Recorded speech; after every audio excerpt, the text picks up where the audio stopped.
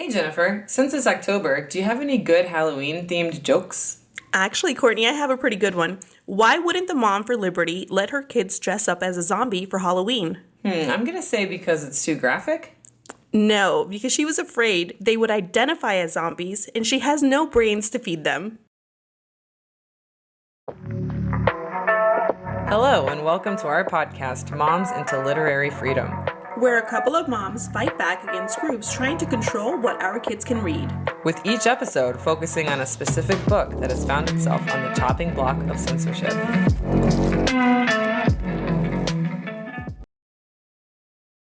Get it? No brains. I had to kind of explain that one to one of my friends when I told them that. But I think it's, it's obvious. Yeah. Okay. They're dumb. Yeah.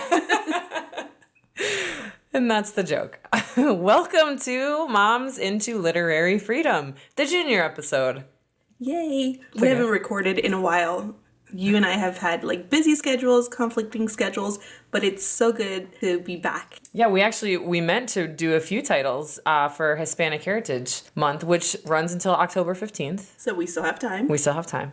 But we wanted to get a junior episode in real quick too. And that it's important for this week because what is so important about this week, Jennifer? This is Banned Books Week, where we celebrate, or I guess we're not celebrating, right? No, we're celebrating books, all the cool books. Yeah, we're celebrating and uplifting all these banned books. Which are the best books. Exactly. And we're just trying to, everyone is trying to fight censorship. Mm-hmm. So according to American Library Associations, from January 1st to August 31st of this year, 3,923 titles have been targeted for censorship. Wow, 3,923? And I'm pretty sure that's up from last year, because last year was in the 2000s, which is still high, plenty high. Yeah.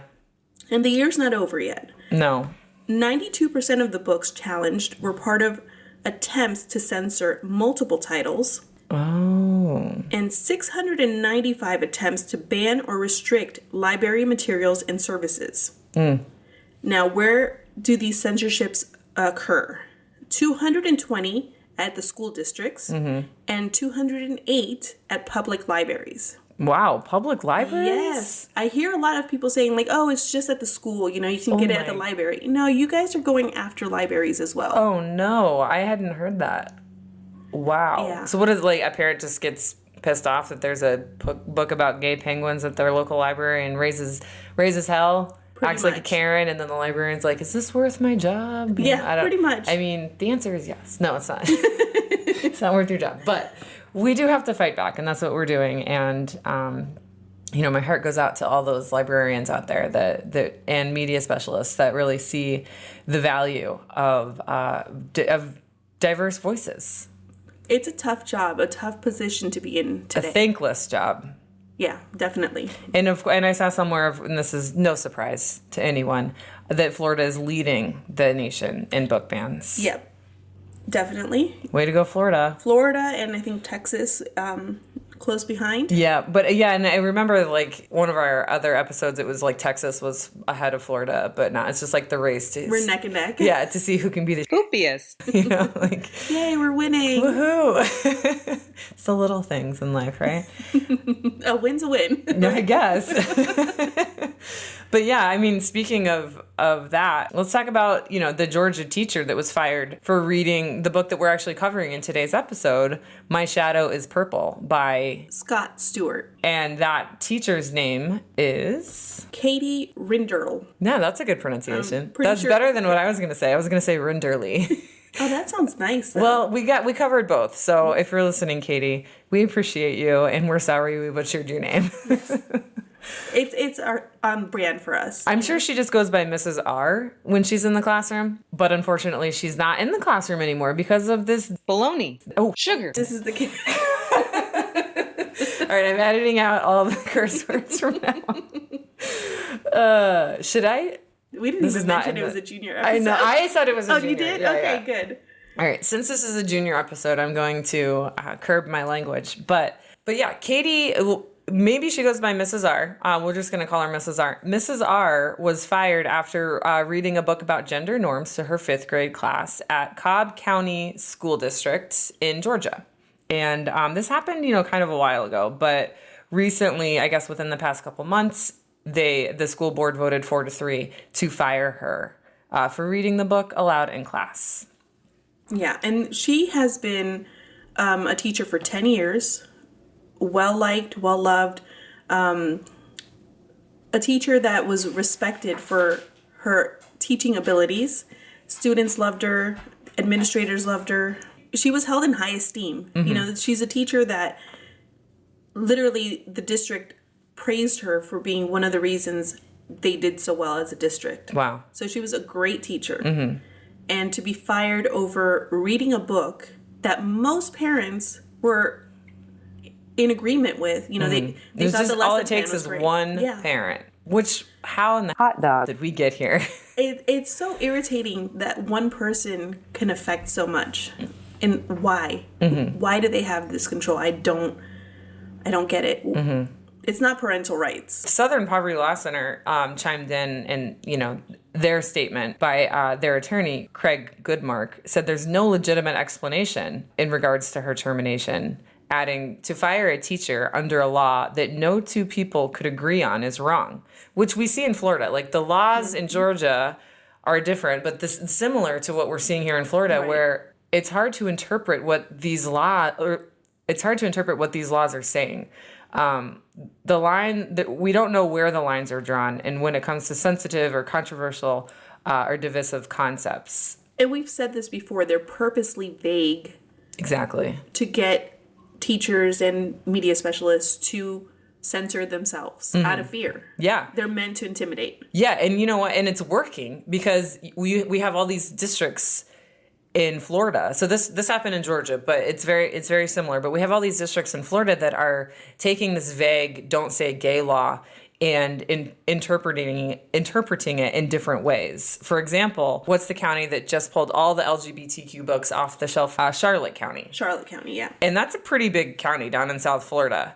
And they, had a conversation. This is published, and this is in our show notes. So Charlotte County in Florida actually released this sort of like Q&A document that happened between the state or the school board attorney and the superintendent, and we'll put it in our show notes. But basically, it's like, I'll just read you one question. It's the superintendent is asking the school board attorney questions, and the school board attorney is answering these questions based on what he thinks is the law. So here's one of the questions. Are we removing, this is quote, guys, I can't emphasize enough that I'm just reading this line by like word for word. It's that bad. Yeah. Are we removing from any school or media center pre-K to 12 if a character has, for example, 2 mothers, or because there is a gay best friend or a main character is gay? ? The answer is one word from the attorney, yes. Wow. Yeah. And then they went on to literally do that. But what's interesting to me is they didn't do it for high school, at least from what I've read. They just did it for elementary and middle, even though the attorney said K-12. That's what I was going to ask. Yeah. So this just goes to show that it is up to the school board to interpret these laws. And anytime school boards and districts have reached out to the Department of Education for guidance, they have received little to none. And that's the tactic. Mm-hmm. Like I keep saying, that is their tactic. Yep. To be as vague as possible, to not put anything in writing, mm-hmm. to be very, like, oh, you figure it out. Mm-hmm. And then they know you're going to be scared. Yep. And you're going to overcompensate and do more than you need to do. So that's what Charlotte County did. And other counties, in response to Attorney General Ashley Moody's legal filings, so I'll back up a little bit. You all remember the wonderful book, Antango Makes 3, about the gay penguins. Well, in Escambia County, correct me if I'm wrong, Jennifer, but that district was basically sued for taking that book off the shelves. Yeah, it was a class action suit from PEN America, All Boys Aren't Blue author, George M. Johnson, thank you. There were several. Mm-hmm. There were a few authors and a parent that was, part of the lawsuit. And so in response to that lawsuit, here's what Ashley Moody says. The state has consistently maintained before 2 federal courts, 3 including this one, that HB 1557's plain language restricts only classroom instruction and does not even arguably restrict library books. Ashley Moody, Attorney General, wrote that in August in a response to a lawsuit being filed because of or for Antango Makes 3 in Lake County schools. And so because of these filings or her legal notes, counties have put this book back on the shelf. Okay. Which I think is great. And I think more counties need to do this. So Lake County School District listened to Moody. And Moody is a Republican, by the way. So let's just throw that out there. Yeah. And I've said it before, I'll say it again. This is not a partisan podcast. This is not, about Democrats and Republicans. This is about freedom. Right. This is about freedom real to read. Freedom. Yeah, real freedom, not the Moms for Liberty freedom. There are so many Republican friends that I have that do not agree with this censorship. But anyway, Lake County, put the book back on the shelf, and also Palm Beach County School District changed its book policies after PEN America and other advocacy groups brought attention to Moody's legal filings. So these lawsuits are working, they're helping they're giving school districts more guidance that the Department of Education is not giving them. It's just such a slow process, though. And meanwhile, books are being censored. Exactly. And that damage has already been done. If you're a student that is from a LGBTQ family, then the message that your family is wrong has already been sent. Exactly. And that trauma is already there, and it cannot be reversed. So. That's the real problem right there. Mm-hmm.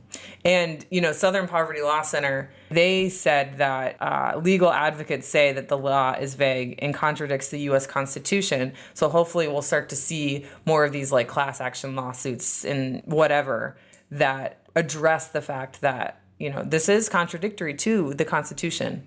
Yeah, and I see here that also, meanwhile, in PEN America and other groups are urging Florida Education Commissioner Manny Diaz Jr. and his department Very important. to pass guidance onto Florida counties. Yeah, 67 counties that don't really know what's going on, And, you mentioned that they say it's up to the school board to decide. But when we go to our school board meetings, they're always saying, well, we get our guidance from the state. Yeah. Yeah. It's and like you said earlier, it's a tactic, and it needs to stop. And I mean, we've all been saying this, that DeSantis is doing this to help, catapult himself into the controversy of a presidential election, because we saw how that worked. It did work. Let's see how big of a meatball. Sorry, I keep forgetting this is a junior episode. More on that later. We'll move on from here. Let's move on. So Jennifer has some poems that Mrs. R, Katie R, from the Georgia teacher who bravely read this amazing book to her 5th graders. And like Jennifer said, she was an amazing teacher with an amazing lesson plan, right? Yeah, the book, it's a picture book. It's meant for young kids. 5th grade, more, definitely old enough to read this book. And so after they read the book, she asked them to write a shadow poem about themselves. So we haven't really discussed the book too much and what it's about, but the book is about my shadow is purple, and it talks about pink shadows and blue shadows, and then how this child didn't feel that they fit in either one of those categories. Mm-hmm. And so they finally said, oh, my shadow's purple. Mm-hmm. And that's what the whole book is about. And that's what the whole book, why. Yeah. And the illustrations are pretty. It's a very colorful book, as you would imagine. And it rhymes really nice. Mm-hmm. It's not very long. No, I think it's 3-4 minutes to read. Mm-hmm. So the kids wrote their own poem. And so one of them said, my shadow is white, an underestimated thing. When mixed with colors, it can do amazing things. But left by itself, it's kind of bland. Wow. That's deep. For a 5th grader to write that. I love it. I got the goosebumps. And then another one wrote, my shadow is purple, and now I do know that everyone's different, and not to be woe. When my heart glows and tells me to see, it's fine to be me. Oh, the use of the word woe there. Right? I mean, come on. That is, heartbreaking, but also so inspiring. Right. Of this kid that was literally touched by this book, And so instead, obviously this great teacher, what do they do to this classroom? They yank her away. Yep. So, I mean, think about the trauma, that those students endured, maybe even, taking some of that, inaccurately taking some of that blame and thinking that like, oh, maybe it's my fault she got fired. Yeah. And hopefully that's not the case, but. Or this child who also identifies their shadow as purple. Exactly. Literally being told that's wrong because your teacher just got fired for Exactly. That's just such a terrible message to send to any child. And students, they get really attached to their teachers. My daughter last year, her teacher was there for just a couple of months and then she had to take personal leave. My daughter was like, when is she coming back? Yeah. When is she coming back? I miss her. Yeah. I love her. I miss her. She's 5th grade. Especially, that's elementary school. 5th grade is still elementary school. When I worked at an elementary school, I mean, just the relationships that I witnessed and like the hugs, the kids are all about hugging. Yeah. We're told not to hug, get the side hug, Right. But like, sometimes it's just like the kids, they just want to hug you because it shows that they want to show you how much they trust you. Yeah. And how important you are in their lives. So yeah, those poems were awesome. And what did the author have anything to say? He did. According to the Daily Mail, Stuart, whose book has been banned in several U.S. states, which I haven't been able to figure out which ones, but I mean, Florida obviously is one of them. Texas, yeah. He said, this entire thing is disgusting. To be very clear, there is nothing spicy or perverse about this book. It's a book of acceptance and inclusion. We need to be supporting teachers, not vilifying them. Amen. Well said. Right. Spot on. Yeah. I mean, and that's the thing. It's like the language of the law, at least in Florida, I don't know about Georgia, but does mention those things like spicy and perverse. I mean, the notion that this book is too graphic, and we're saying too graphic because it's a junior episode, but there are other words right that's written in the law. And so that's what is so confusing about books like And Tango Makes Three and My Shadow is Pink and My Shadow is Purple. And the whole Seahorse book too. Oh yeah, it's like none of this is graphic, or those things, and so that's where the law doesn't make any sense. Yeah. Or the actions that are being taken because of this so-called law, it doesn't make any sense. Yeah, and this book in particular doesn't discuss anything that is graphic. Yeah, so let's just jump into it. I love the poetry of it. Because, when you're reading books to your kids, you get really into, the poetry of it all. Like, at least I do. No, and it's perfect because kids love that. It's musical. It's musical? Lyrical? Yeah, lyrical. Yeah, I mean, whatever. Both work. And the illustrations are great. Who illustrated this? He illustrated it. Oh, wow. Written and illustrated by Scott Stuart. Wow, Scott. You're quite the talented guy. And if you're on TikTok, follow him. Okay. Because he makes stories. Like, someone will write in and be like, oh, can you write a story about a child who lost a parent? Oh, I love that. He's talented. Wow. So talented. Yeah. That reminds me of this account I follow on Instagram because I'm not on TikTok, but I'm sure he's on Instagram too. But it's similar. He doesn't do stuff for kids, but I let my kids watch him because he's so funny. He's called Java Doodles. You have to follow him. Okay. And so he draws himself as this drink of he's like a Mai Tai, I think. I don't know.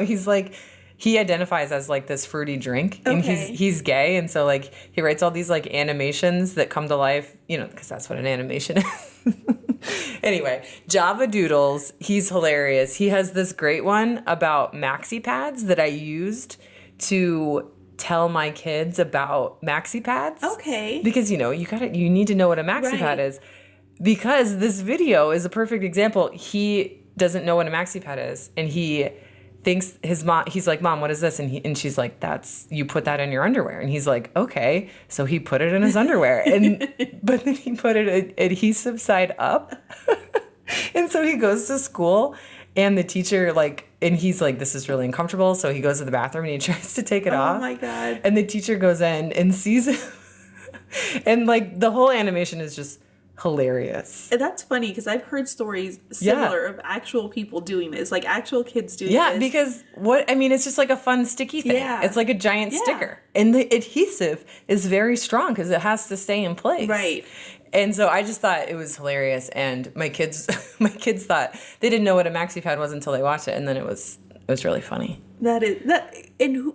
We need illustrations like that to explain things to kids. That's why these books are important. And why should something like a maxi pad be taboo? Like, why should that be like something that you're not allowed to talk about? It's not bad to be a menstruating person. Right. Like, menstruation isn't something that we aren't allowed to talk about with our kids, just because they're not menstruating yet, or just because they won't menstruate because they're not, a menstruating person. And that's why we have a lot of older men, and I'm talking about 20s, 30s. Toxic. Yeah. And they don't understand how a woman's body works. Yes. Like, they don't understand how periods work. And I'm like, did you learn nothing in school? Like, if they had a sister, maybe. Yeah, maybe. But the ones without sisters, whew. Anyway, back to the book.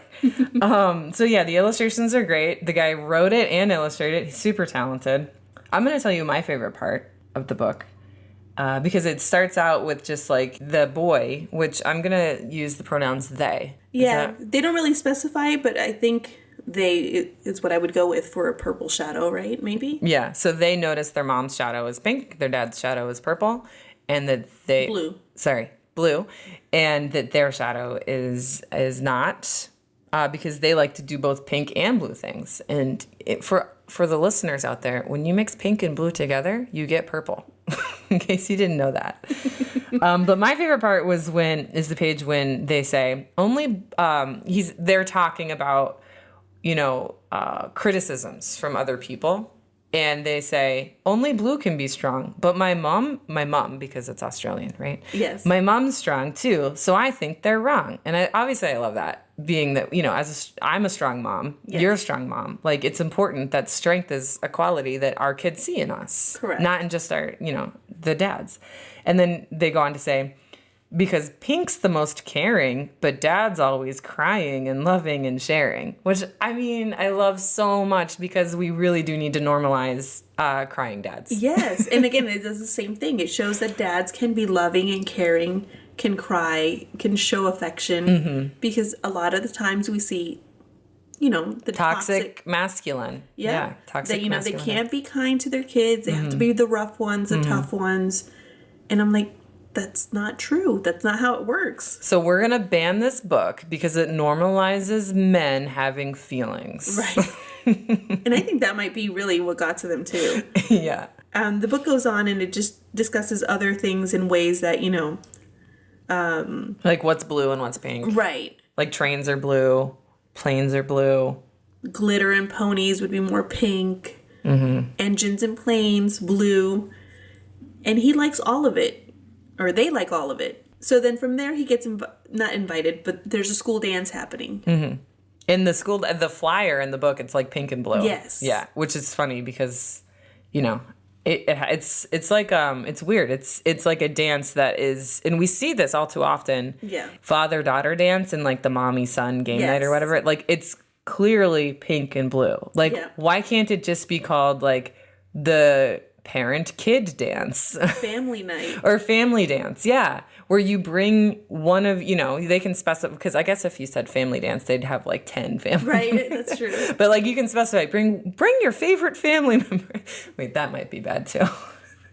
Never mind. Well, I know that there's options out there. I've seen them. I can't think of one right now. Like grown-ups and... Ooh, I heard of one. And donuts? Yeah, grown-ups and donuts instead of... the boohoo dads and donuts, grown-ups that's and what donuts. It is. Yeah. And then there's another one like parents and pancakes. But no, that's not good because it's exclusive to parents. Yeah. I like grown-ups and donuts. Yeah, because grown-ups could be anyone, just the adult in your life, which is something I don't think about, because I don't think that way. Like, right. But now that it's been pointed out, I'm like, not everybody, not all children have a mom and a dad in their life. Well, and there was a statistic, at least for our county here in Flagler, that like the number of grandparents raising the kids is increasing at a rapid pace. So it's a lot of grandparents. Yes. So we do really need to be aware of those names, like the mother-daughter dance. Like, can you imagine, like a little girl who, and we're not talking about gender norms now. Right. Now we're just talking about a girl who doesn't have a mom, or the father-daughter dance, whatever, a girl who doesn't have a dad, It doesn't have to be daddy-daughter dance. Right, and they'll say on the forum, like, oh, you can bring any a Right, but it's grandfather or still friend, called but now you still feel like, well, yeah, I wish I could take my dad. Yeah, you're still the 8-year-old who is aware that their dad at the daddy-daughter dance is going to be an 85-year-old grandpa. Right, yeah. So, yeah, that's why we need to fix those things. So, yeah, so the dance is pink and blue, and they get really excited about the dance. Yes. You know what I love about this book, too? The dad is so supportive. Equally as involved as the mom is. Yeah. Yeah. And we don't see that a lot. Yeah. The dad doesn't have like a secondary role. Like he's there, right alongside the mom. The mom makes him a skirt. The dad makes him a suit. Yeah.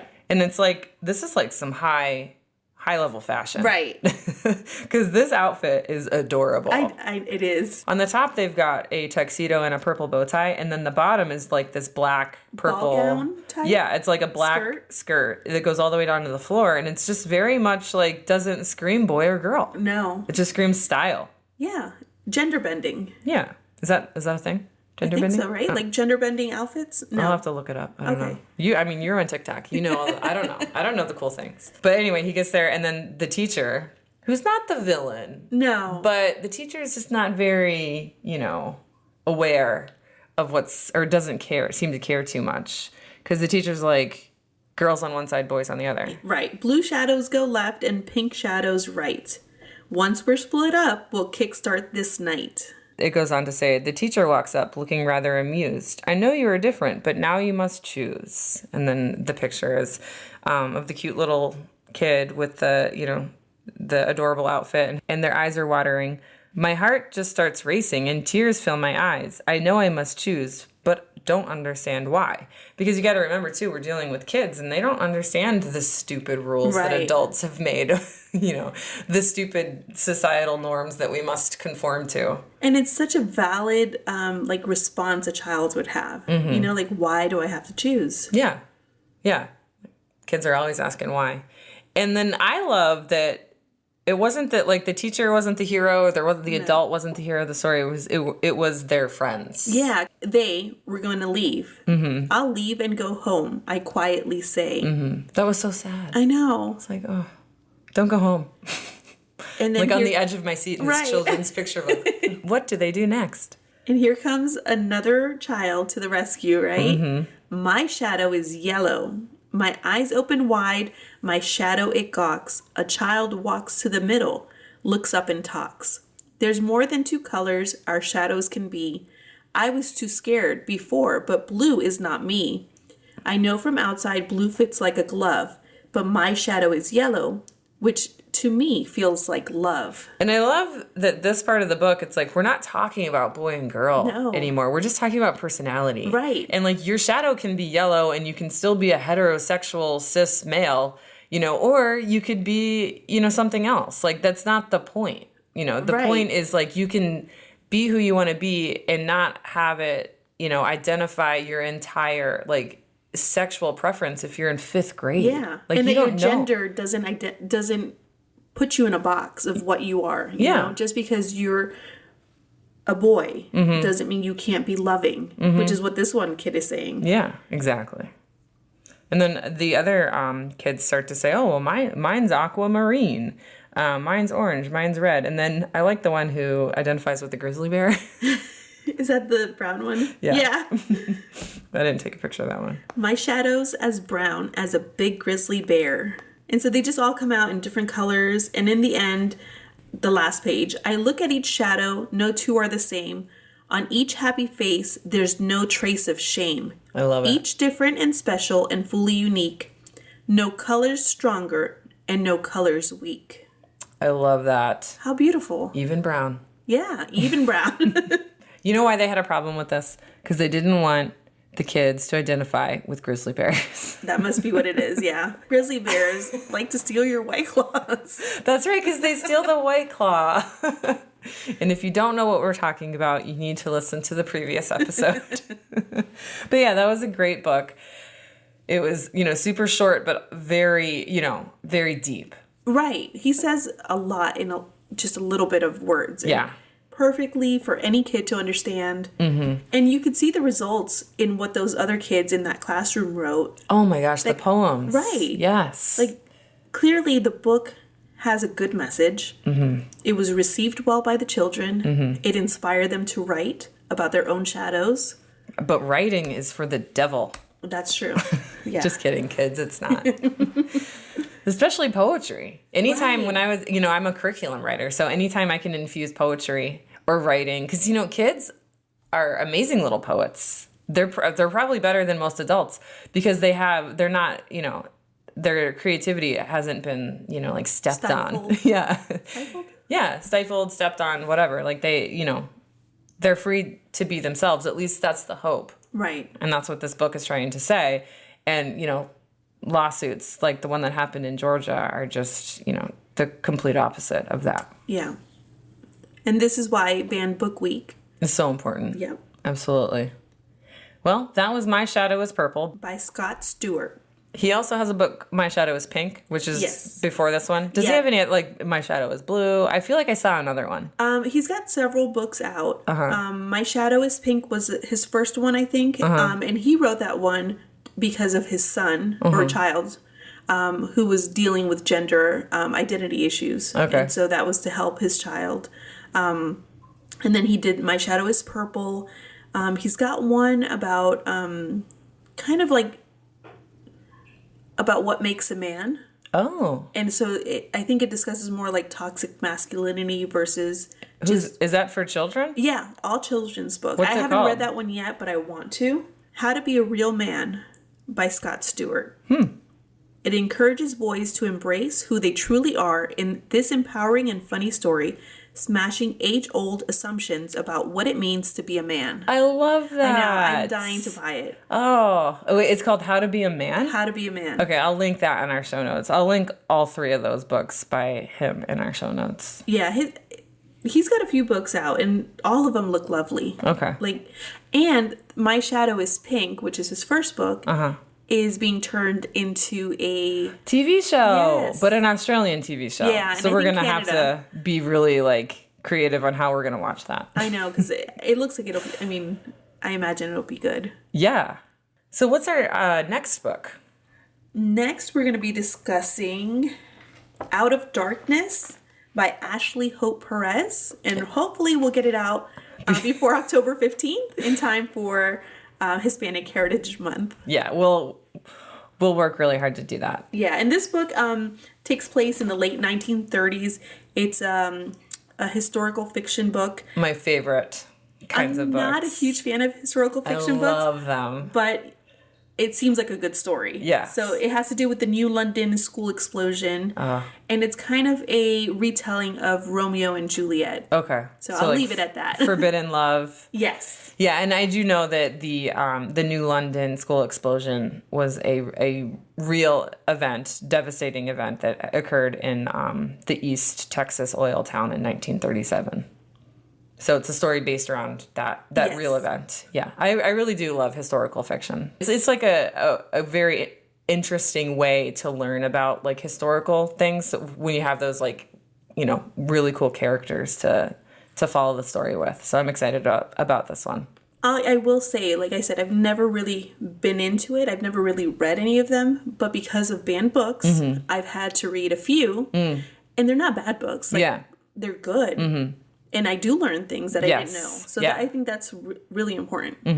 And the character is she Mexican? The main character, is she Mexican? Yes, she's a Mexican character, and the Romeo in this scenario is black. Okay. And they're in a white town. Okay.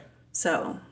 Yeah, that definitely complicates things, especially if you're in 1937. Right. And it does start out at the beginning with the explosion, so no spoilers. Yeah, there's no spoiler there. Yeah. That's like first page. Okay. Well, thank you guys for listening. That concludes this junior episode, and be on the lookout for that next full-length, not junior episode. And remember, don't ban books. Ban bigots. Okay. Did I say bigots? No, that's good.